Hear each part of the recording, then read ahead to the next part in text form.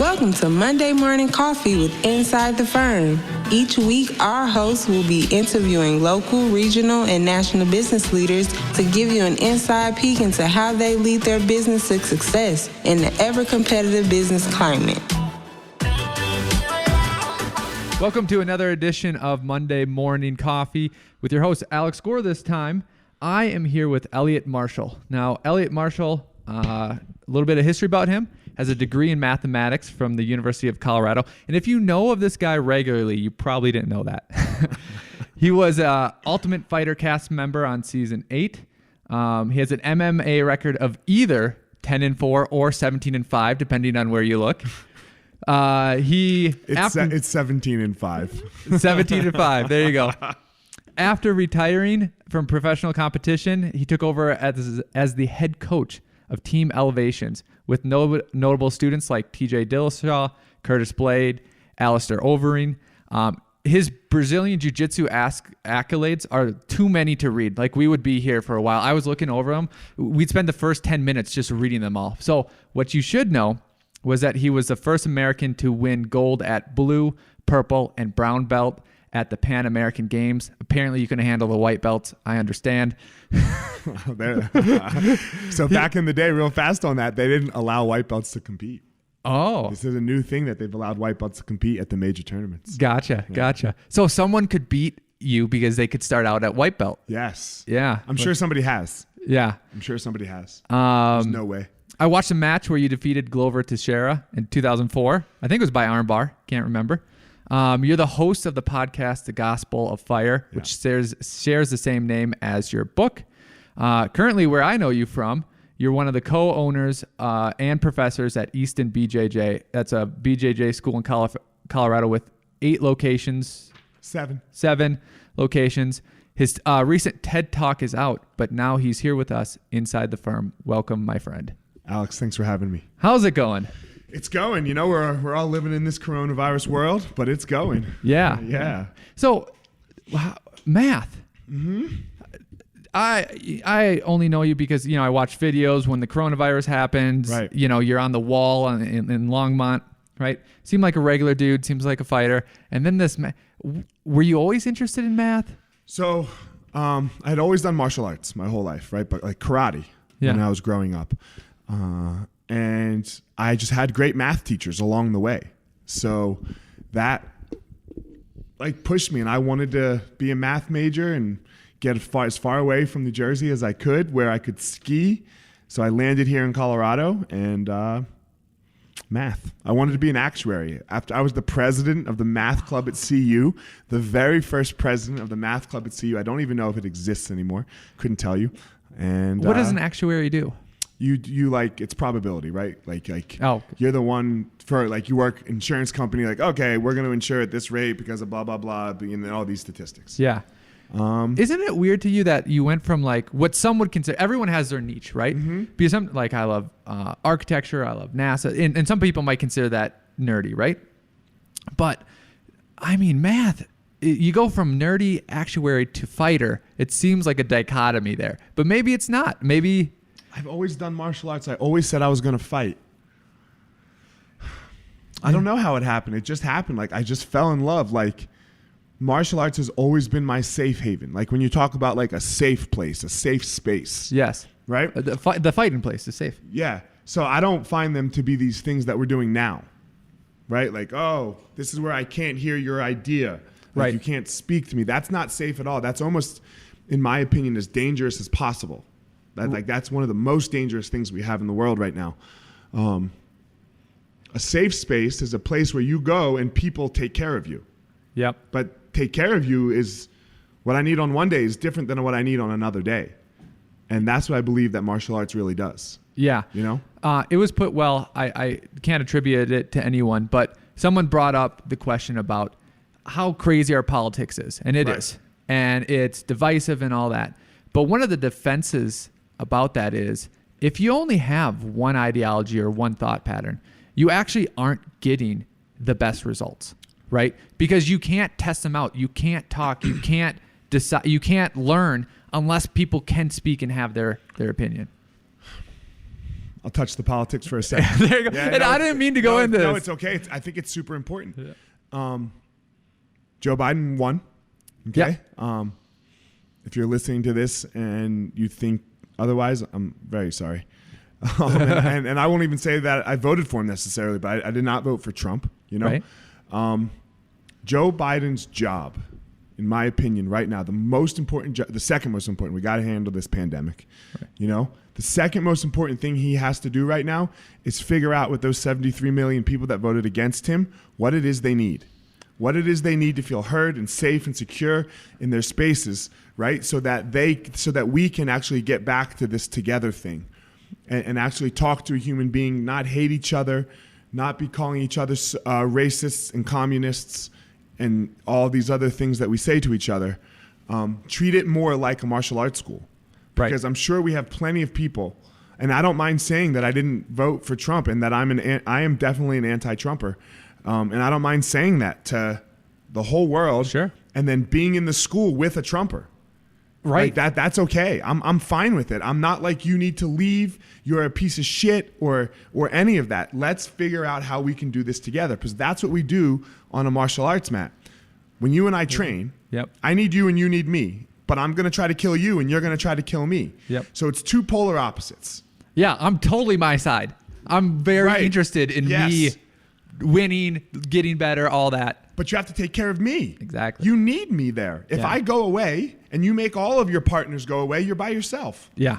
Yeah. And what some people like to do, both sides like to demonize the other side. So you know a lot of people. How many out of like the 100 people that come through your gym or whatever, how many are complete douchebags, idiots, and morons? None. Like, none. Maybe, they might start that way. We might get some to start. Right. But they don't stay. It doesn't stay like that. But maybe even if you can't detect them all, like maybe one, maybe 5 at the high end. Very few. The percentage is so small. So to pretend on whatever side that you are, that the other 70 million, that somehow that other side piled all the idiots, is utterly ridiculous. And also when we were talking about like this different ideas is that with politics, if you know demographics, different demographics, different densities tend to vote different ways. There can be different solutions for different problems. And that's so like, let's say you say whatever about one idea and I say something else. Well, actually both of them could be right in different scenarios or in different, That's always the case. Right. And but people people don't think so. So. Like if you listen to the pundits. Right. But if you listen to regular people, they know that. But the problem is the regular people are listening to the pundits. Right. Right? Yes. We're listening, like you pick a side and then you go listen. So all your facts are slanted to one side, and it gets to be very difficult. And I mean, I have a friend, Foster, who's far on the other side, and we were arguing back and forth one day about something. And I was like, dude, just Google these words. Just Google these words. And he's like, I am. I was like, you can't be. And then he took a screenshot. We are Googling the same exact words, and this is part of the problem, in my opinion. Right. I don't get his articles until 10 pages in. And those are the articles that are at the top of his search. Yes. So, and we've always learned, the top is the truth, or the top is the best. No one goes past page 1. No one goes past page 1. I tried it once. I was like, this is junk. This can't be true. Yes. Right? This must be that article that's written by some crazy. Yes. So if my 10 are different than your 10, right, just based on what they see we search in other places, this is a problem. It is. It is. It is. we could keep going. Yeah, we could. But I actually want to dive into your unique story because most people are not fighters. Even if they're in jiu-jitsu, they might go to tournaments, but the UFC is totally different than right. So take us through you go to CU, you do mathematics, no one calls you a nerd. And what is it like? You probably entered jiu-jitsu tournaments first, but then when you went into MMA, what was the decision like? Who were you talking to? And then like literally dive into that journey, because I can understand. I can sign up and I want to sign up. I'll do a jiu-jitsu tournament. I don't know if I'll be nervous or not. I don't really care. It'll be fine. Yeah. But the leap from that to MMA, I'm too old to be in MMA, but you weren't. And when did you decide? What was that conversation like? Okay. Did you have to win some jiu-jitsu tournaments first? I got it. Go back in time. Yeah, so there's some history here to it. I didn't fit in high school, but I did karate. Yeah. Right? My whole life, like I said. And then this UFC stuff came out in the 90s, and I saw it somewhere in the mid-90s. Yeah. And to try to get people to like me, I said, I'm going to do that. Yeah. Right? Like that, I'm gonna fight in the UFC. And I think it was like 97 or something. Right. So were you like 15 now? 17 then. 17. So, I learned a little bit of jiu-jitsu from the guys that I was doing karate with because they started. And then I moved here to Colorado, and I'm still saying, I'm gonna be a UFC fighter because I just wanted people to like me, bro. Yeah. This is all I ever wanted. Which is not, I won't say it's very healthy, right? I was very much an outcast where I grew up. So I just wanted to fit in. And this martial arts arena is the only place, like I said, that I ever fit in. It was my safe space. So I just got into jiu-jitsu. When I moved here, I met them all. And man, jiu-jitsu. And I won all these tournaments, And 10 years later, 5 years later, whatever it is, I'm married. And I get out of the shower after training. I'm traveling the country, winning all these jiu-jitsu tournaments, spending a ton of fucking money because there's no money in it. It's not like it is now where these fight to win pros and none of that, right? Yeah. Everything's spending money. I'm working at a bar, and my wife literally says to me, she goes, so this is cool. Good for you. But you have to be a big boy. So I know you say you want to fight, so either fight or get a job. And I was like, fight or get a job. Huh? Interesting. Yeah, I was like, fuck that. Yeah. Fuck that. Because if I get a job, then I can't train. Right. All right, I'll fight. Next day, call a promoter, get a fight. There you go. So you call a promoter, and then is it amateur at that level? No, I never fought. Maybe my first one was, but it wasn't real. I don't know. No. And then nobody you just glanced over it. Nobody was going to fight me at amateur. Okay. So, with the BJJ record, that makes sense. So then in your mind then, because you just said fight, there we go. It's literally, the UFC fight is kind of like a jiu-jitsu tournament, which I know, but not. So yeah, so that's what I'm interested from the phone call to the first fight. So I had to learn how to strike. Yeah. I had to learn how to fight on my feet. I had to learn how to wrestle. And no, there ain't nothing like fighting in the world, man. Yeah. You have never been so scared in your life. Your asshole fucking gets super tight, and you get really, really scared, and you get really, really, okay, I got this. And then you go back to really, really scared. It's not like getting in a fight outside. How many weeks or months from 6 weeks normally? No. But from that first phone call. So I got a fight like literally the next 2 days or so, but then I broke my arm. I got kicked in the arm and broke my elbow. Okay. So I had to pull out of that fight, but then I fought, I don't know, a couple months after that. Yep. And then, basically 17-4 or 5 or something like that. Okay. Who did I lose to? I lost to Rob McDonald. I lost to Bader, and then I lost 3 more, 5. Gotcha. What was the best fight that you lost?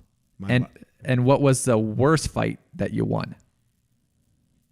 The best fight that I lost was my last one. My last fight, I lost. Because it was a decision, but in the third round, you were kicking butt. I beat that dude's ass. Yeah. There was it was a pretty even fight in the first 2 rounds. Yeah. And then the last round, he just got mauled. I mauled him, right? Yeah. It was just, broke his arm, Yeah. That was the best fight that I've ever lost. The worst fight that I won, probably the Vinny fight, Vinny Magalesh. Yeah. Yeah. Just because it was so tough. So he was my style, right? He was a jiu-jitsu fighter. Just a little better than me at jiu-jitsu. So I just avoided and jabbed and crossed and moved, and it wasn't a win, really. Yep. Are any of those your favorite fights, or was there the last one's my favorite. Yeah. Well, because it was there's moments in your life that you can remember what it felt like. Mm-hmm. I can remember what it felt like sitting on the stool in between rounds 2 and 3 with Greg Jackson looking me in the face and asking me like, yo, can you give me everything you have in your whole existence? Mm-hmm. And I remember then going out and doing it. Yeah. Right. So like, it's a moment like that's like, I can feel that moment. Yeah.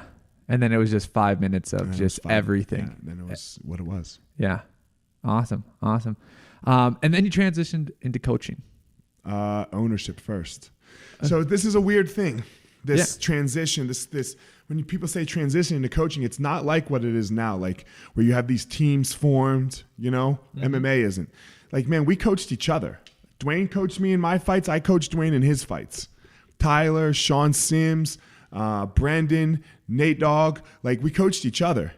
Yeah. You know, like we had some coaches, but we didn't have coaches like it is now. Yeah. So I've been coaching my whole life. I've been teaching martial arts since I was 13 years old when I was doing karate. So this transition to coaching never ended for me.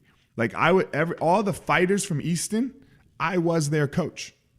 Yeah. So yeah, I had things, you know, I traveled to Japan with Toner, all over the world with Dwayne and, you know, like, but I was fighting at the same time. Yep. Yeah. So how did you get into the business side then? I always said since I was a little kid, when I first started doing martial arts, that I was going to own a karate school. Yep.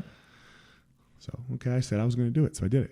Yeah. You know, I knew I wanted to do it, you know? So 2 days after that last fight where I went and looked at the building to purchase the Denver school, to purchase the building that the Denver school's in.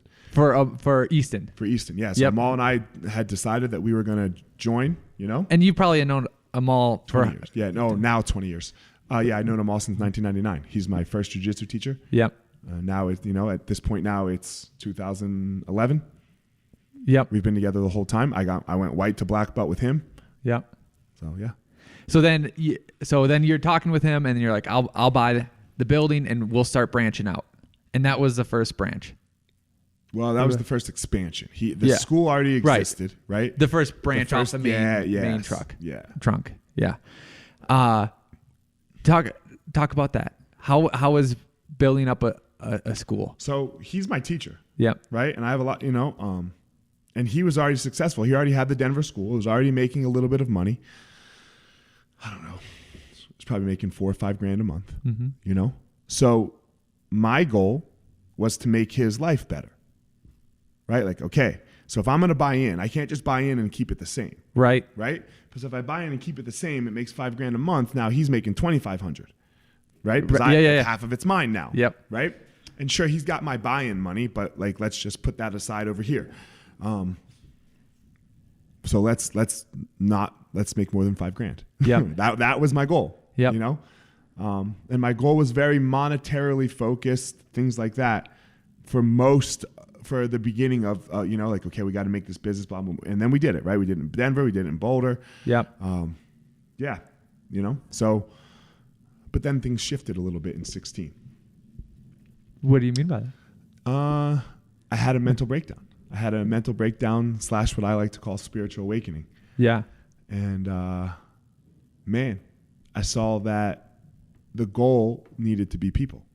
You know, like my job is to create a place for people that was created for that. I don't know if it was created for me, but what worked out to be for me. Because there's a lot of people that struggle, and there's a lot of people who get into martial arts looking for something much more than the martial art. You know, looking for something much more than how to do an armbar and a punch and a kick or whatever it may be. They're looking for that quote unquote safe space. So that's what we have to do. Yeah. But it's also the polar opposite of a safe space. We're going to fuck you up. Yeah. And what I didn't know when I joined, because, you know, I was listening to Jocko and Joe. I'm like, well, they keep saying the same stuff, so I might as well just join, right? Mm-hmm. Was how much fun it is. Like, I was probably nervous when I started. You know, like, I don't know, you play football in high school, but that's not. And now I'm 35. Like, that's half my life ago. Yeah. So now I'm gonna get. And then there's literally 20-year-olds or wrestlers in there. You know, and getting old and cranky. But man, is it fun! I don't know if people know how much fun it is to wrestle with another person. It's not wrestling. Well, I know, but It's that. No, I'm gonna but say I'm saying that just for the sake of the audience, because, and then you can expand to let. yeah. So pressure is very important on a human being's life. I would say especially males, right? And that stops for most of us, right? When we graduate from high school. Because for the majority of the population that plays sports, right? It ends after high school. Very select few, like 1% go on to college. Yep. And then if it doesn't end for you after high school, it's almost for sure ending for you after college. Yep. Right? And you stop learning for the most part, right? I'm talking generalization. We stop learning, we stop growing, we get a job, we have a family, and we just work, take care of business, take care of what needs to be done. Yep. Come home, see the family, maybe have 2 beers. Right. That's what have sex 2.5 times, Yep. watch Netflix, right? Like, that's, yes. This is what I've it been is. in that phase. Right.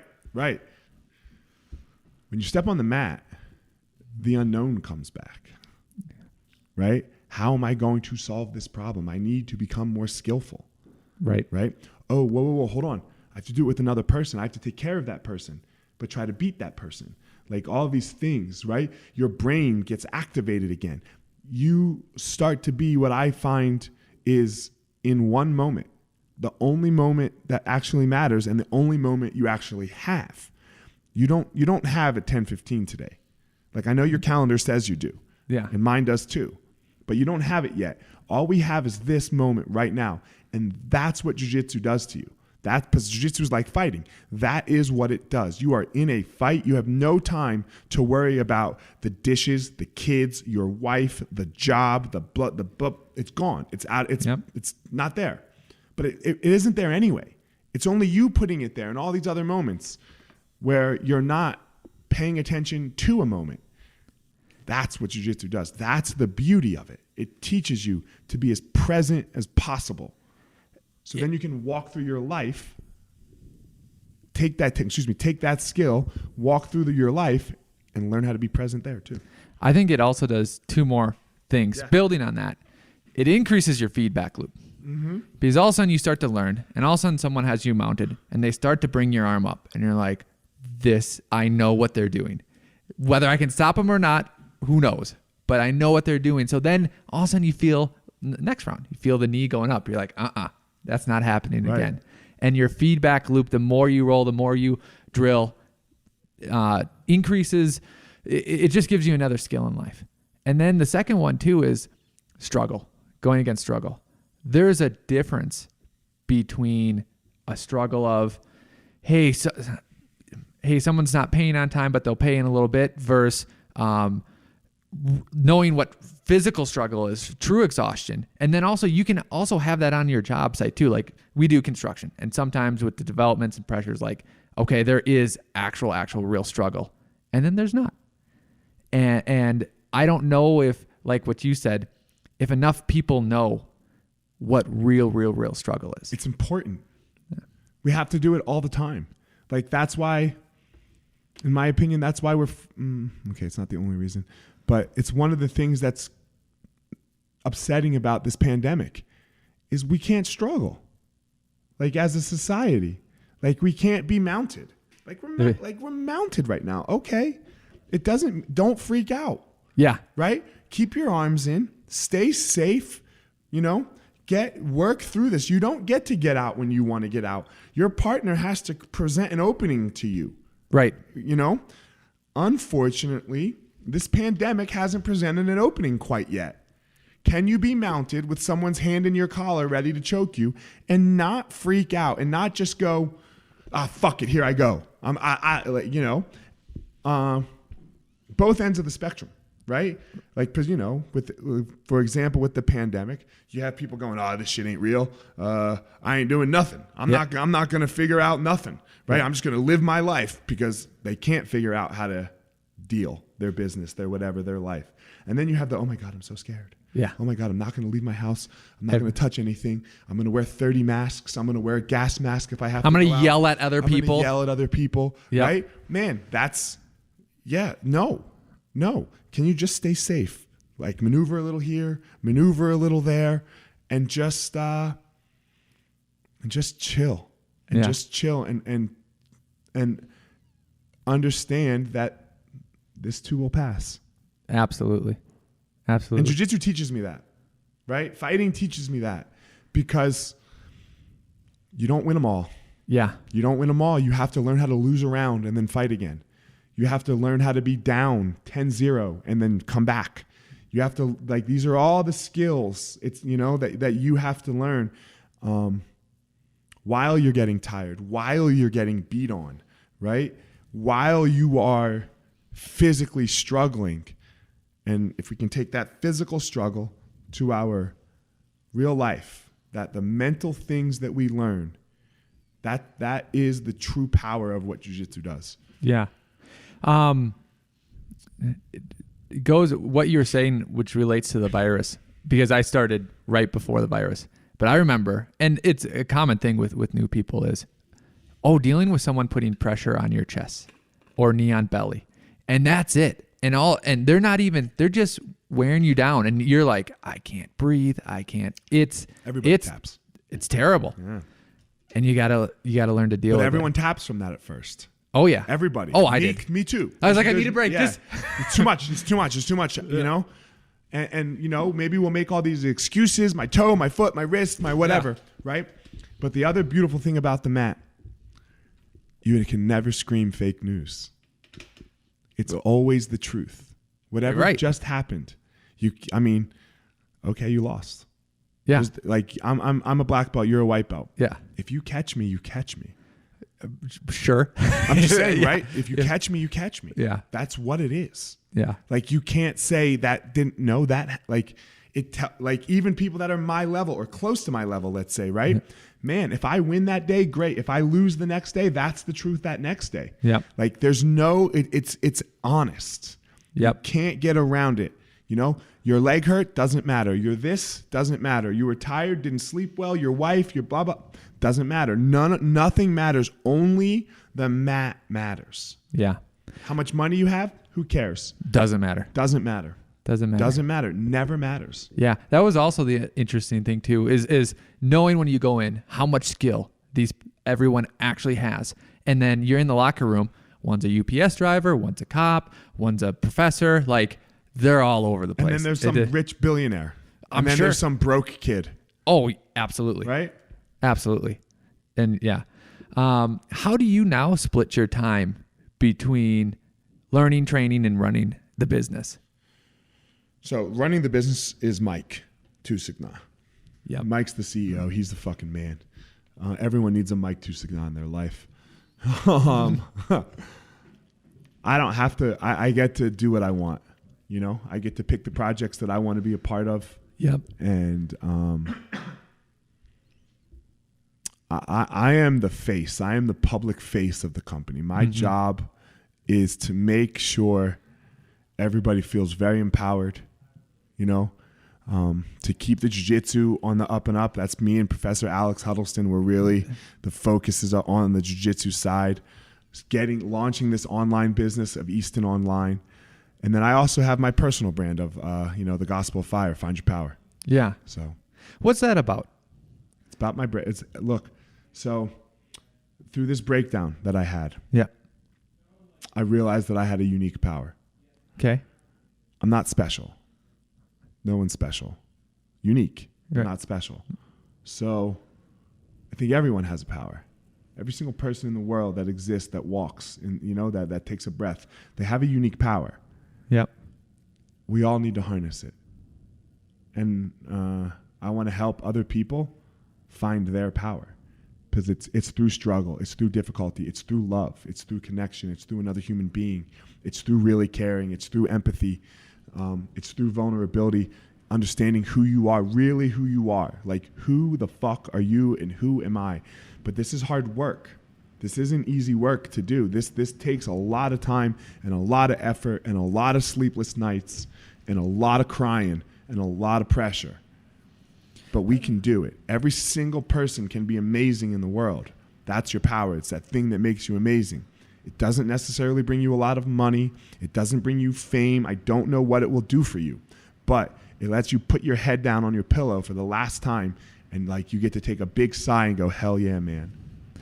When you found yours. Yeah, I'm still finding it. Oh, okay. Yeah. Was there a moment where you opened your eyes and like, this is part of it? Maybe you didn't understand it fully.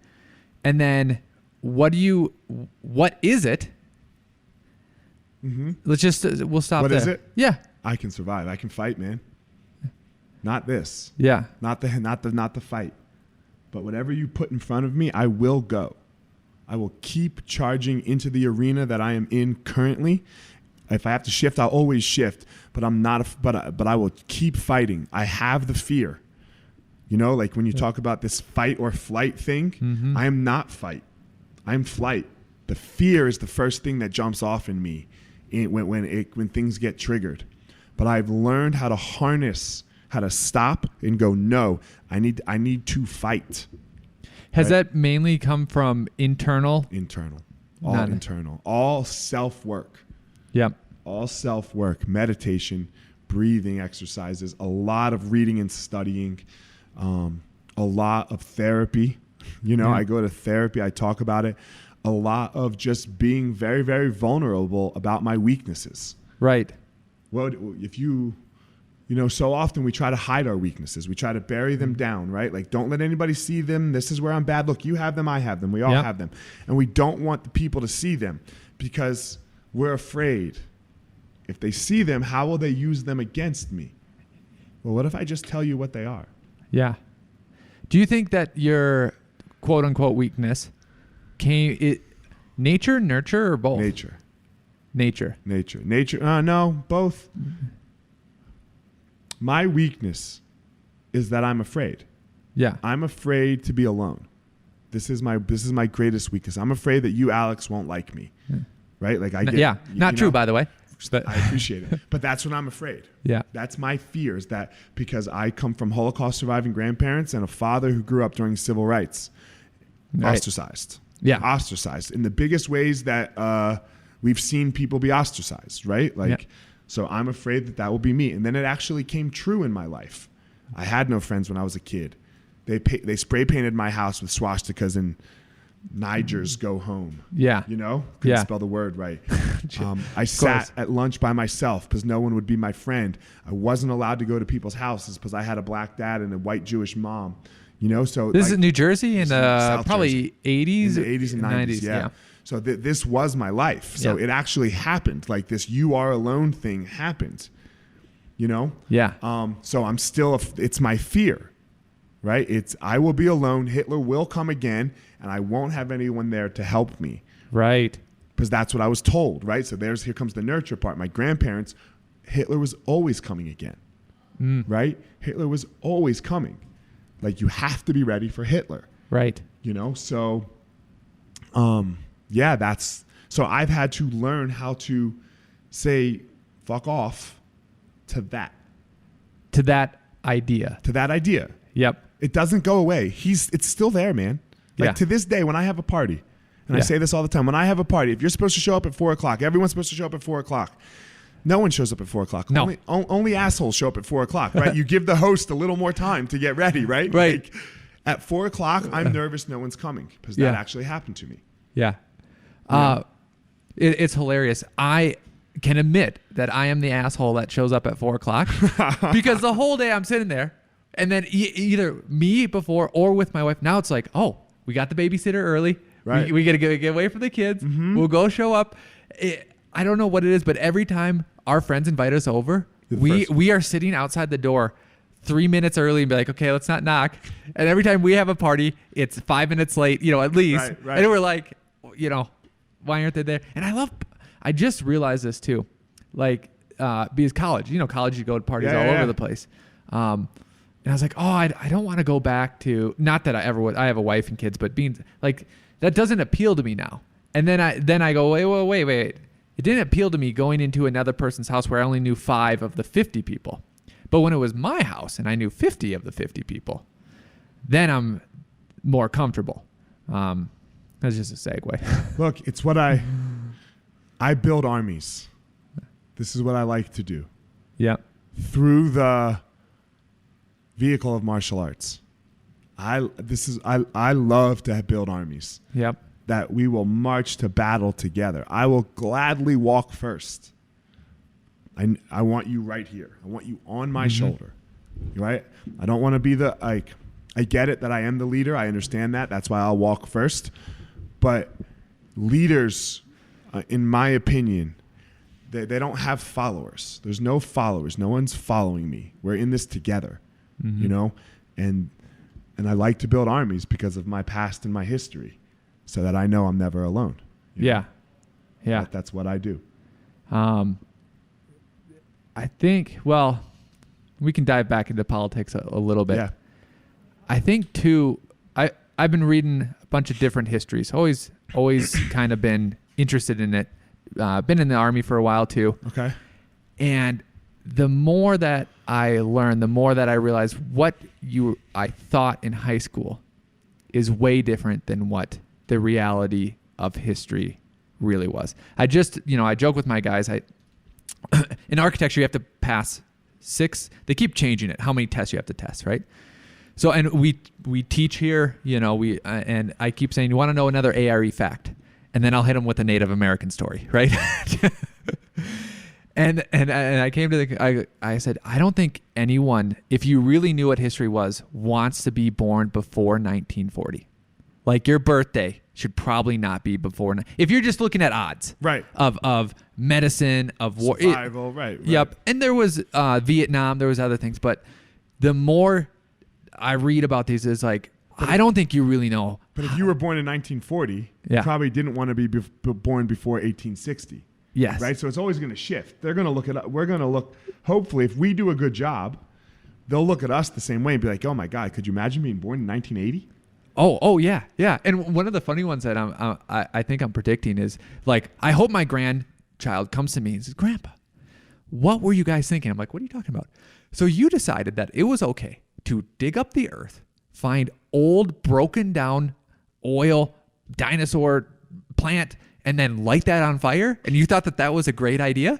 I'd be like, well, son, you don't understand how it was back then. You're like, no, Grandpa, you literally dug up stuff and just lit it on fire. I was like, yeah, but the way that the world worked. Oh, you a toddler? You knew it. You did it anyway, right? You were a 7-year-old punk. Watch this. I'm going to light this on fire. I know it's going to go bad. Yeah. Like, we know it goes bad. Right. And I'm not even a left staunch environmentalist. I just see, hey, is there pollution? What are we doing? Is there a better way? Pragmatist is the word I'm looking. That's the word I'm looking for. That's the word I'm looking for. When does our money not come first? Is the question that we want to go into with, in my opinion, in the political realm, right? Like, when is it just not pure and true capitalism? And I'm not a socialist. I'm a capitalist. Yep. Right. Yeah. You own businesses. Right. But in my opinion, the true capital, the greatest capital, is people. Another human being in your life. Capital is that is the thing, in my opinion, that we should all be shooting for. We should not all be shooting for money.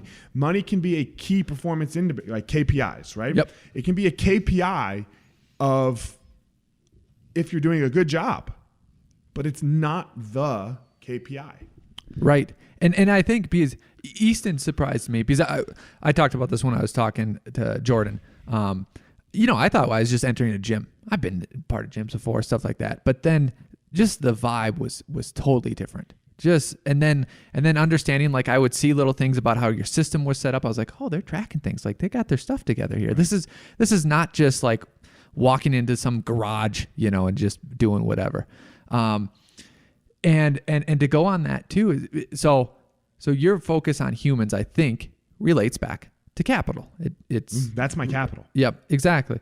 And then if you think about someone like Elon Musk, right? Mm-hmm. Obviously, he has a green agenda, right? And he wants to make cool cars and AI cars. But if you follow him a lot, you realize that the user interface, the interaction, the people interaction is actually one of the most selling parts of it. The little, when I take my kids in there when we're in the mall and I do the little fart thing, right? When the screen's all lit up, when, it can go super fast. Like, it doesn't need to go super fast. It doesn't need to, but it does, extremely quickly. So like that, and I know that that's a car, but he's also touching on quality of his vehicle. We're all in the people business. I'll relate it back to me for a second, like what I like to say.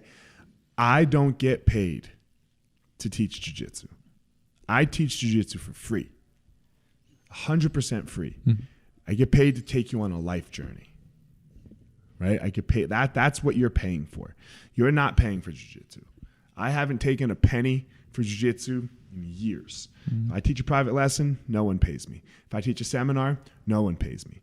When I make money competing, all given away. Every penny. I won't take money for jiu-jitsu. When somebody comes to our school from out of town, no drop-in fee. No way, right? Because you're just coming for a jiu-jitsu class. You're not going to go on this journey with me of your life. Yep. Right? So what do I want your money for? Yep. You know, what's $20 going to do? Fuck off. Yeah. You know, or even 50. It's nothing, right? And it's dirty money to me. I get paid to a life journey. Elon Musk's doing the same thing.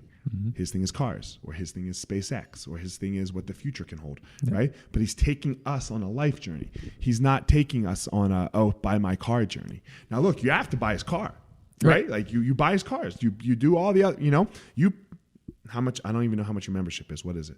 Membership, maybe $175. Okay. I don't know. Great, $175. Let's say it is, right? You pay $175. It feels like you're paying for jiu-jitsu classes, but that's not how we are approaching it to you. Everyone starts paying for jiu-jitsu or Muay Thai, whatever they're doing, right? But that's not where it ends up. So I have a hunch then, because of this philosophy, that philosophy is somehow conveyed to your coaches, and there must, correct? Oh, yeah. No, it's not me. We have 7 schools. I'm not at every school every day. Yeah. So I think so a lot of entrepreneurs listen to this and they're interested in systems or philosophies. Like F9, we have 9 fundamental principles that we go by. Can you kind of peel the onion of maybe what those are? And it might seem very mundane to you, but people don't know, like, is it, we have, like, every Monday teachers have keep going. Yeah, I'm gonna pull that coaches come in, or we have a program. Like, I don't know, what do you do? What's that process like? We have our core values, right? So hold on one sec. Yep. I'm gonna try to find them. Come on, where's my PDF?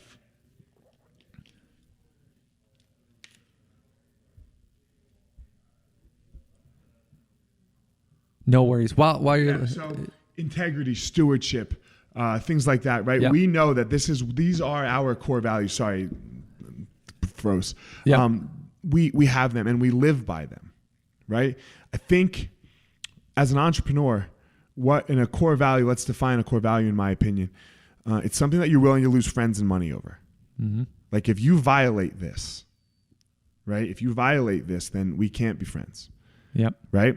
And if you not once, right? Like, we're not saying, like, you make a mistake, right. Whatever. We all make mistakes. Sure. But if this is the person you are, and I guess to take it back to politics for a second, with, like, the Donald Trump phenomenon that over 70 million people have, and they're like, oh, well, I hate him, but I like his policies. Character matters, right? Character matters. And it's the first, in my opinion, right? It's the first thing.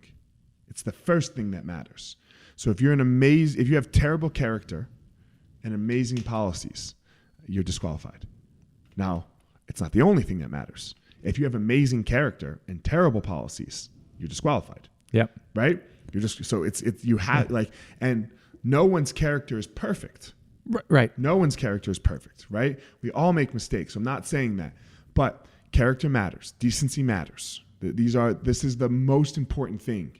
How we deal with another human being. Every human being. So that is what we do at Easton. We try our very, very best to deal with a human being. And how do we, on the good and the bad, right? When they're quitting, when they're never coming back, when they leave a bad review, how do we deal with that? Yeah. We talk to them, we call them, we do all of these, like, man, I've talked to so many people that have left a bad review and had a bad experience. It happens. Yep. Right? Thousands of people walk through the schools. We're not perfect. How do you deal with the bad experience? I call them, we work it out most of the time. Yep. Their next question is, do you want me to change the review? I don't need them. I don't want them to change the review. Look, one star review is not, we have a 5-star review. It's not going to really, like with thousands, Yep. So I'm not super concerned with whether they change the review or not.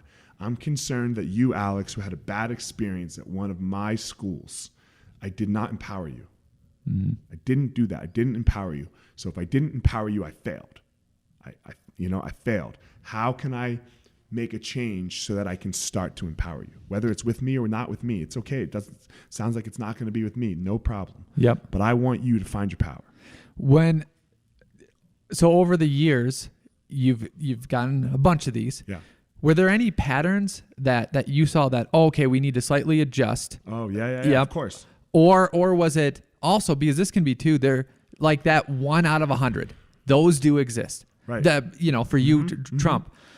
Or did you see a pattern in type or personality? So one of the first things we had to do is we had to get rid of contracts. Okay. You don't sign. You're not locked into a contract with us. Yeah. It's month to month, 30-day cancellation. Yeah. My product should sell itself. Yep. If my contract is doing the work, if my contract is what holds you to paying me, yeah, then I don't have to do the work to make sure you stay. Yeah. I have to show up each and every day and teach the most amazing class, the most skillful class. Yep. My front desk, right? The first impression specialists, they have to show up. We don't call them front desk anymore. First impression specialists, right? Front desk is where when you go into, I don't know, wherever you go into a store, Sure. You go into a skyscraper. There's right. a front desk. Yeah, there's a front desk. They don't care about building number, your office in level 46. Yeah. No, they don't care, right? They're just going to be like, all right, go there. Yeah. So we have first impressions, because every single time you walk in the door, it's a first impression. Every single time. So it's very important. Yep. It's very important. You could be having a bad day. That person meets you. Hey, Alex, what's going on, man? How are you? You having a good day? I doubt you'll say no. Right there, that will switch you. That will jump you out of it. Right? That will get you out of it. So I don't know how I got in the first impression specialist. It was things that you changed or slightly adjusted. Right? So that was list. 1. 2, the contracts. We had to get rid of Yep. them. We had to get rid of them because I need to make sure that every single person across the whole school is doing the most skillful job that they can every single day. Mm-hmm. And that we're not like, well, they have to be here for 6 months. They sign that piece of paper. Yeah. Yeah. You don't have to be here. If you want to leave, no problem. You can go, I'm really sorry. We'll try to find out why, but it's my job to make sure that what's holding you is the feeling you get when you walked in. Yep. Not any agreement that we have on a piece of paper. Right. And I didn't even notice that, but I noticed the ease of signing up. So Gold's Gym, whenever I signed up, was 6 months or a year or whatever. Yeah. And it actually wasn't that much. It was like $30 or something. But still, it was like, oh, this is going to be for this long. And I have to, and the thing in my head was, man, in the summer, like I run. Right. Like I can do push-ups. I got a bar. So like, do I want to go in the summer? So anyways, I still did it, but there was all that thing.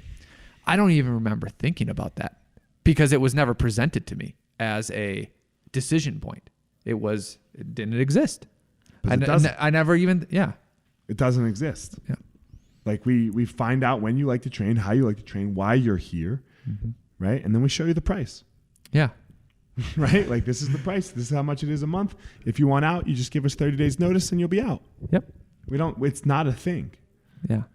And everyone's like, oh man, this is the thing that you hear in martial arts. If I'm going to commit to my students to show up, then I need them to make a commitment to you. Why? But I mean, to play devil's advocate, they're committing for a month. That's a long time. And in some people, 100 and whatever, some dollars. So yeah. I don't need you to commit to me. Yeah. I don't want anything. You can't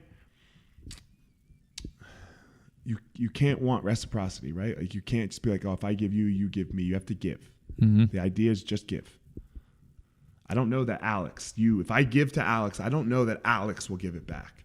I just believe that I'll get it back in some way. Yeah. In some way, I'll get it back. Might not be from each individual interaction, but somewhere, some way, I'll get it back. And somebody has given to me when I wasn't even able to give it back. And that might be the case with me and you, right? We don't know. But yes. Yeah. And just to say that, I know that there are multiple people that did not cancel their membership when there was no training. Right. And some of those people don't even care. Right. You know what I mean? They're like, if you get, doesn't even matter, you know? So that was a great point, is sometimes, and I don't think people realize that, sometimes people can be giving to you. You don't even know about it. You don't even know. You don't even know. Yep. Our members saved our school, right?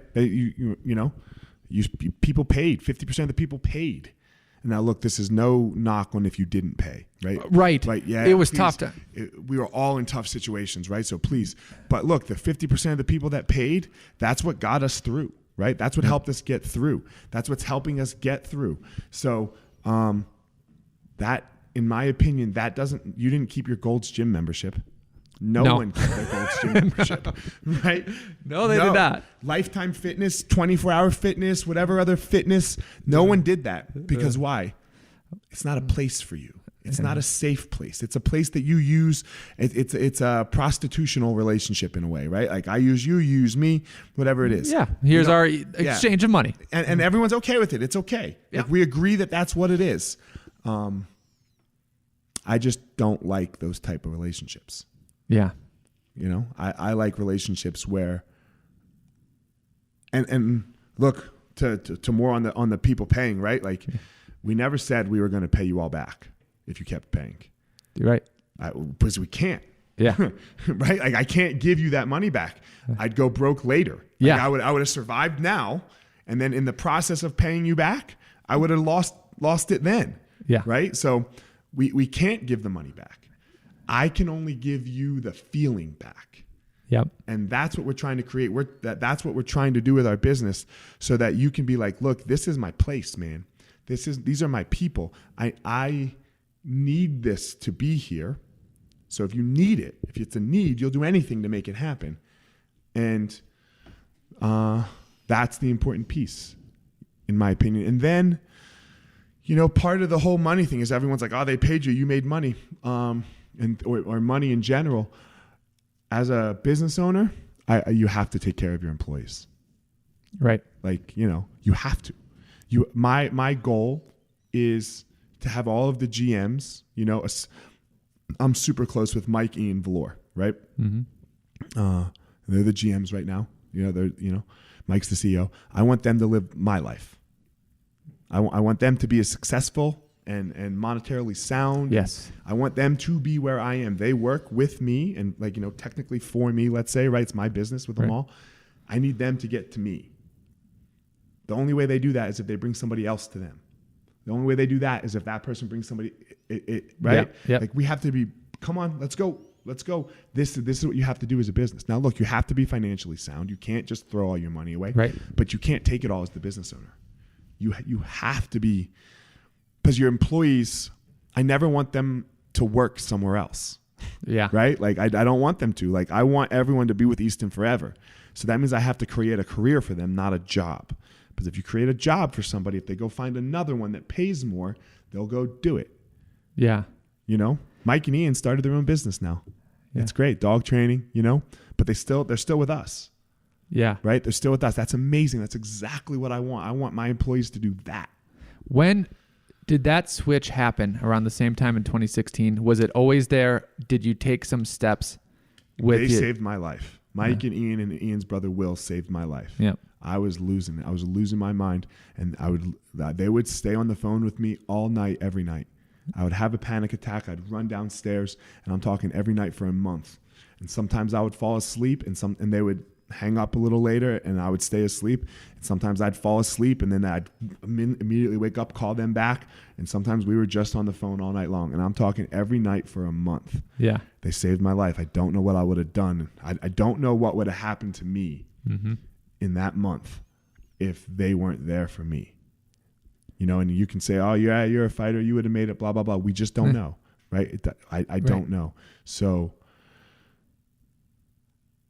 I have to pay it back. Yeah. Was that month, was it triggered by accumulated stress, an acute thing, or it just happened? So I believe the flip side of your power is your demon or your devil. I hadn't found my power yet, and I was beating this devil down. I figured out how to beat him down. But the devil wins if you don't talk to him. If you can't turn the devil into your friend, which is your power, he wins, right? And there's going to be a point.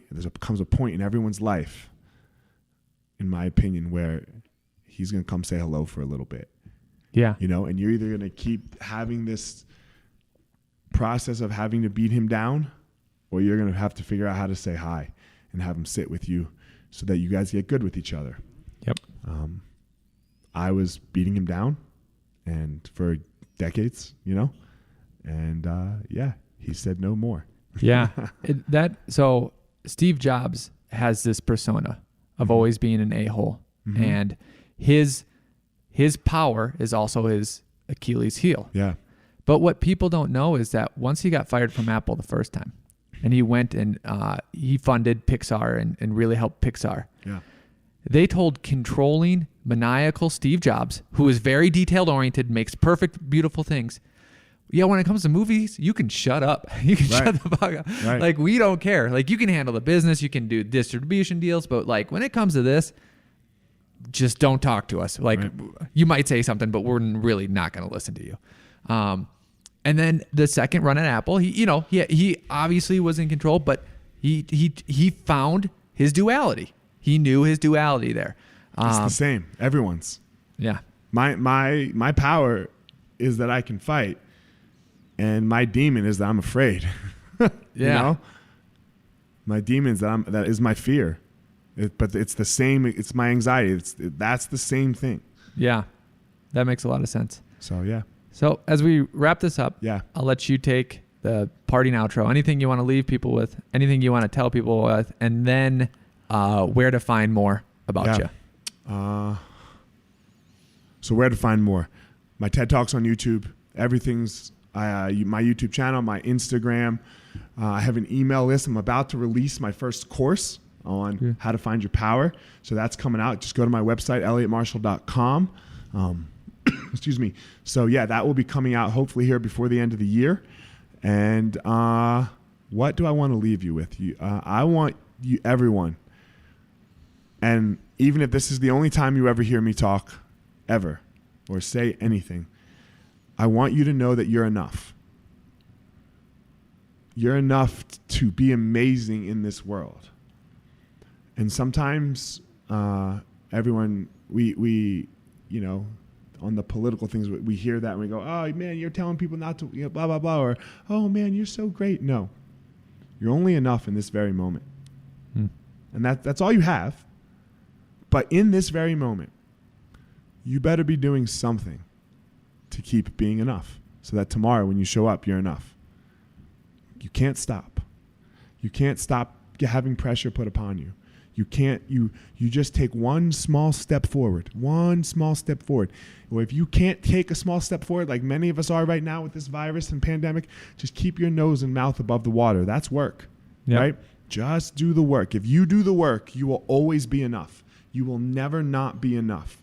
So you can do whatever you want to be amazing in the world and find your power. Don't let anybody ever tell you that you can't. Perfect. We'll end with that. Yeah. Thank you. All right.